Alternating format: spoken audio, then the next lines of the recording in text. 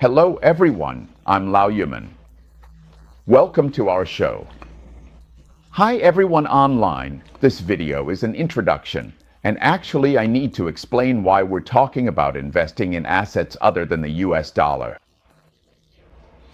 And also, why consider investing in Indian stocks. So, is it really worth investing in Indian stocks? Is it risky or not? A lot of people say that India's economy will never catch up, but we're not here to argue about that. First of all, logically, this time we're going to talk about a theoretical framework, and then we'll talk about using a health check approach. I don't care if you smoke or drink or whatever, I'm just checking your health. We're going to check India's health. Whatever bad things there are, they'll show up in your body. Only a health check is reasonable, because then I'll know your real condition. Because if I talk about what strengths or weaknesses you have, those are very hard to quantify and measure. And most importantly, what is it that we really need to look at? After doing this health check, what we want to see is how much risk is there in investing in Indian stocks and what kind of potential returns could there be? That's the introduction. Everyone, listen to my argument. In detail, this is covered in lectures 7 and 8. This part is just the introduction. Right, we're at a historic turning point. So, what's special about this tariff war? The US used to advocate for global integration, but now it's about protecting its own interests. Make America great again. So, the global integration of the past few decades has been reversed, and now it's become fragmented. Previously, China accounted for the vast majority of the supply chain, holding over 30%. Now, things are starting to move out of China, and there are two main factors behind this. One big factor is what Europe calls de-risking. If you rely on just one party, it's like a black dog with a leash around your neck, right? Second, China is considered a geopolitical enemy of the United States. If you keep making China stronger, it poses a threat to America's security. With these two factors at play, the restructuring of the supply chain, and the fact that the US wants to bring some high-end manufacturing back home, Donald Trump launched the trade war. It's clear that the supply chain is being reorganized. As the supply chain is restructured and globalization reverses, the global economic landscape will undergo changes. That's how it is. So, what kind of situation will it change into? That's the question. Moreover, from the trade war to tech restrictions between the US and China, these moves are reshaping global capital flows and industrial layouts. In such a massive transformation, there will be winners and losers. That's the reality. All right, as we look at the restructuring of the global supply chain, who will benefit? That's the key question. The US dollar, especially for another reason. You can see the US has had a long-term fiscal deficit, and it's severe, over $2 trillion. The US is heavily in debt. And then there's the huge pressure on Donald Trump to cut interest rates, but ramping this up isn't so simple. And then there's also the issue of tariffs. You can see that this will cause the US dollar's position in trade to decline, and as the dollar falls, you have to consider how much of a hit dollar-denominated assets will take. Since January, from the time Donald Trump took office until now, the dollar has dropped by 10%, the US dollar has fallen by 10%. In this context, we have to ask, if you don't buy US dollars, what then? I still believe the US economy remains robust, so my allocation is still 60% in dollar assets. Let's lay it out. 60% in dollar assets. So, what's the next step? After careful consideration, I think India is an answer that deserves serious attention. But as soon as you mention India, a lot of people object, saying, "No way, how could India work? There are cows everywhere on the streets."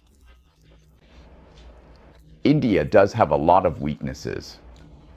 The bureaucracy is extremely lengthy, regional execution is poor, local governance is fragmented, and protectionism is strong.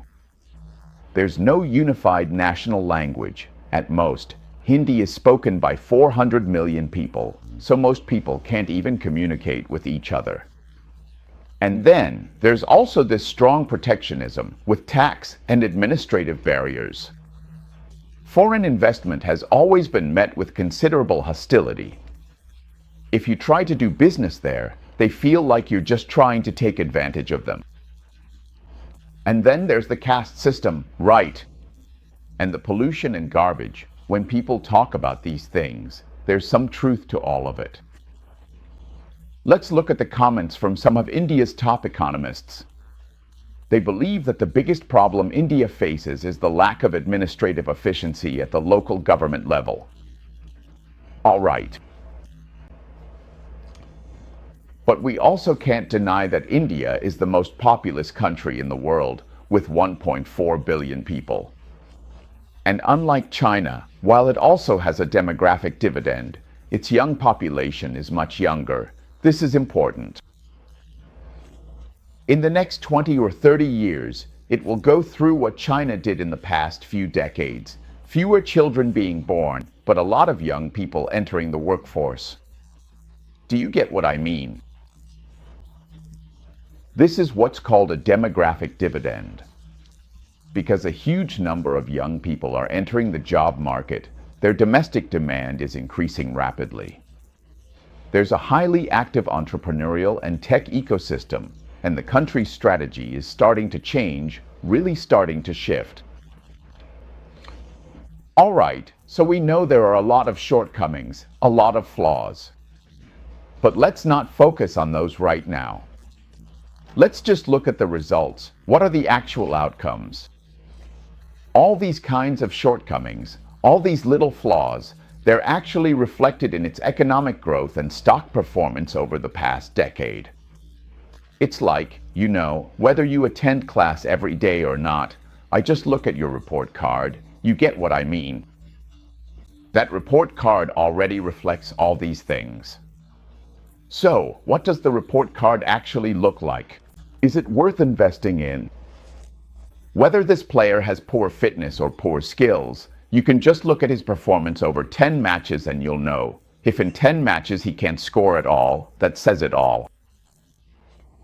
India's performance over the past 10 years has proven that it has the ability to grow. Even though there are these weaknesses, we're basically giving it a physical checkup.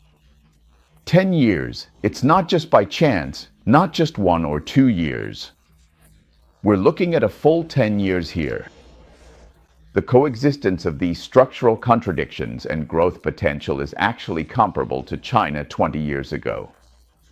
You could say that over 20 years ago, China had issues like the Communist Party being too dominant, no freedom of speech, state-owned enterprise monopolies, and so on, but look at the past 20 or 30 years, it still kept growing at a high speed. So even if something is full of weaknesses, it can still experience rapid growth. Despite all these issues, it still grows quickly. So, can India also achieve rapid economic growth despite its own weaknesses? Now, let's assume these weaknesses continue to exist and take a look at its report card over the past 10 years. It's like we're giving it a physical checkup, examining the 3 most important things, like your mom checking your heartbeat and blood pressure. You know what I mean. We looked at the 3 most important things, just like checking your health, right?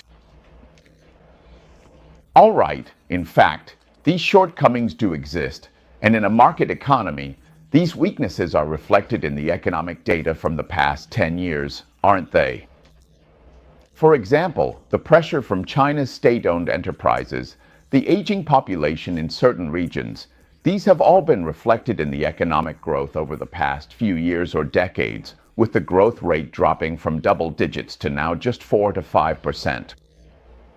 All right, when we do a 10-year checkup, it's not just to repeat and list out those already known shortcomings, because, it's really hard to quantify those flaws, how much each one is worth, or how much the economy can grow in the future because of them. Next, let's take a look at the performance over the past 10 years. When we look at these shortcomings, we need to see whether they're going to get worse or improve. Wow, things are changing. Let me give you a really obvious example, India's literacy rate. Right now, the national average is 80% because the older generation can't read, but among young people, the literacy rate is 92%. That's because education is now compulsory, so this problem of illiteracy is being overcome here, you get it. Let's take a look at which factors are going to improve significantly. And what new advantages will the global situation bring to this country? All right, with the global landscape shifting, the restructuring of the world's supply chains, and the tense relationship between China and the US, who will benefit and who will be hurt?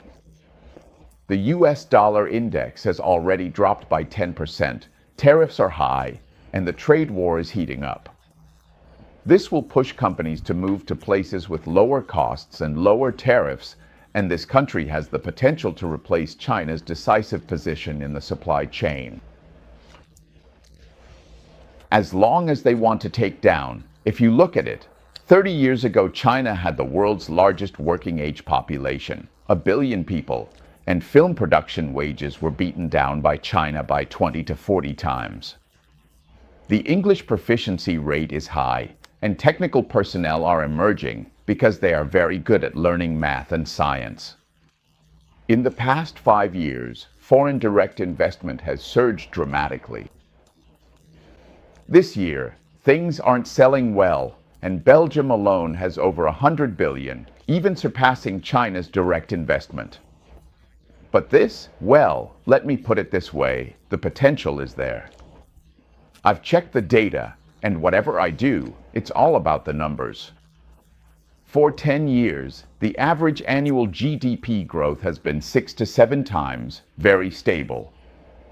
But there's still a need for more regression to the mean. An annual growth of 6 to 7 times over 10 years is quite impressive, and even with a few setbacks, it's still strong. A growth rate of 9.7 times makes it one of the few major economies in the world able to maintain such high-speed growth.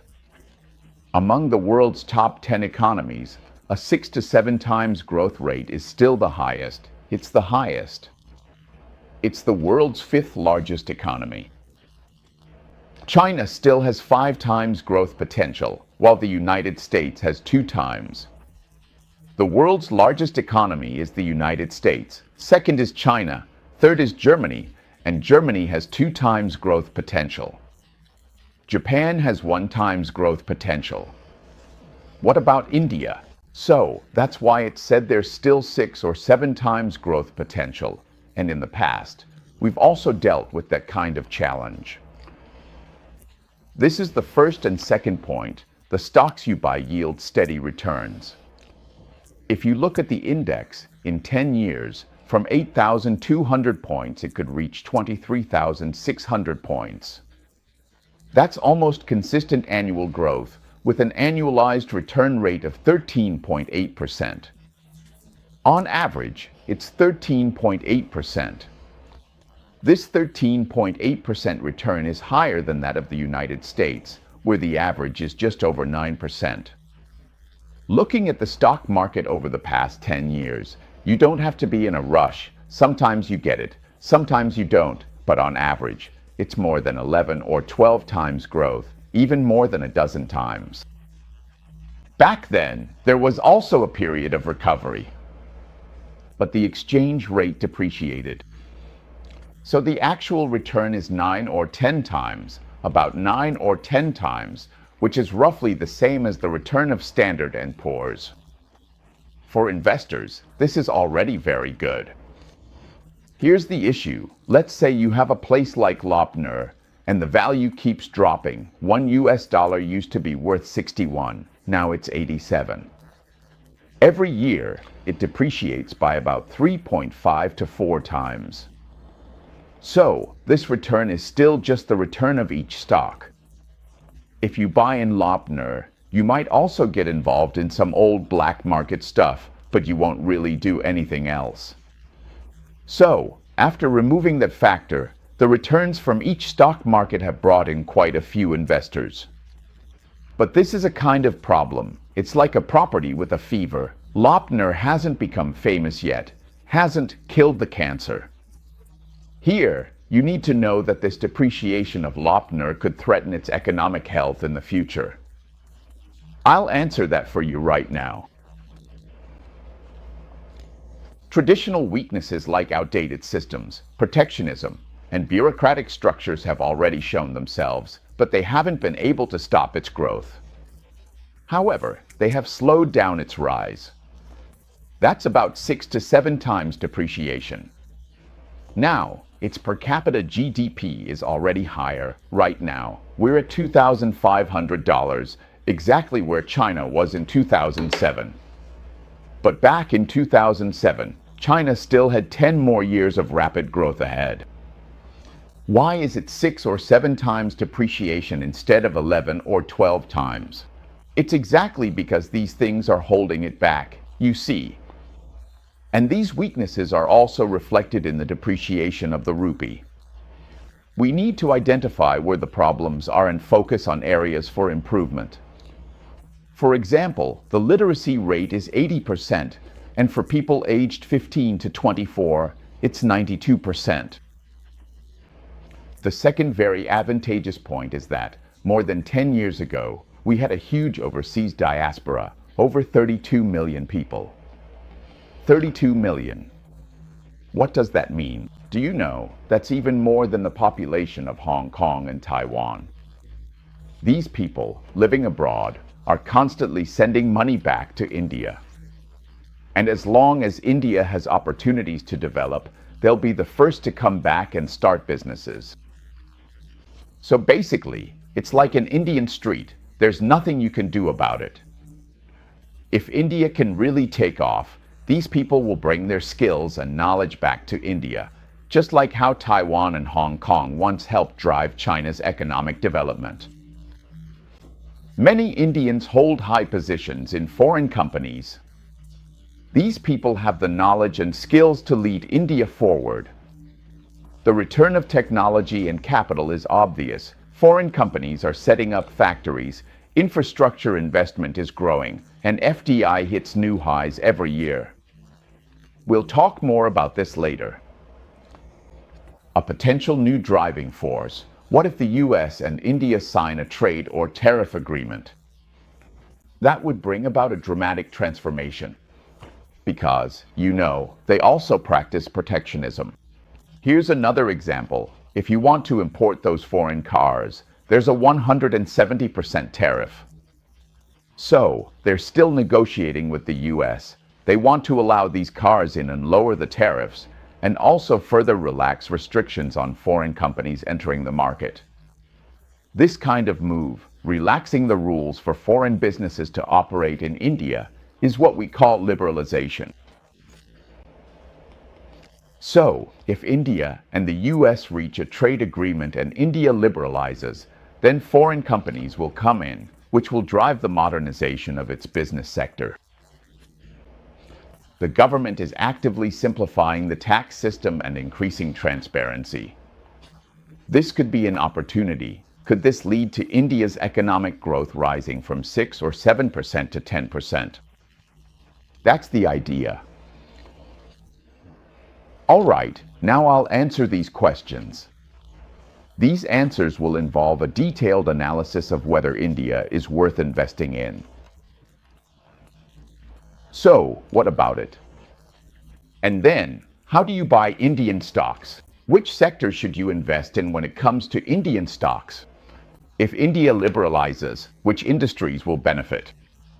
Some will get wiped out. Yeah, some will get wiped out. Once foreign capital comes in, some monopolistic industries will be finished. They just can't compete anymore. Which industry are we talking about? Within that industry, is there a particular company that's really worth investing a lot of money in? Will there truly be really significant explosive growth in the future? In the following sessions, there are about 7 or 8 of them. I go into detail about which industries and which companies are likely to be worth building a position in. I'll also set aside a separate sum of money and create a portfolio specifically for investing in assets outside the US with $100,000. Every single trade, day by day, I'll let you know. A lot of these investments will be in India. I plan to build the positions over 3 to 6 months, and I'm preparing to use $100,000. And what about you guys? How much money do you have? You can try out what you've learned here. If I'm buying with $100,000, you don't have to. Maybe you use 100,000 Hong Kong dollars. If I buy with $10,000, you can use 10,000 Hong Kong dollars. Do you get what I'm saying? You can mirror my approach. This is exactly what I did. Over the past 3 months, I set up an interactive broker's account, and every position that was mirrored made a profit. My wife made a 50% return because I invest pretty slowly. Honestly, I only really invested $70,000 and still made $20,000 in profit.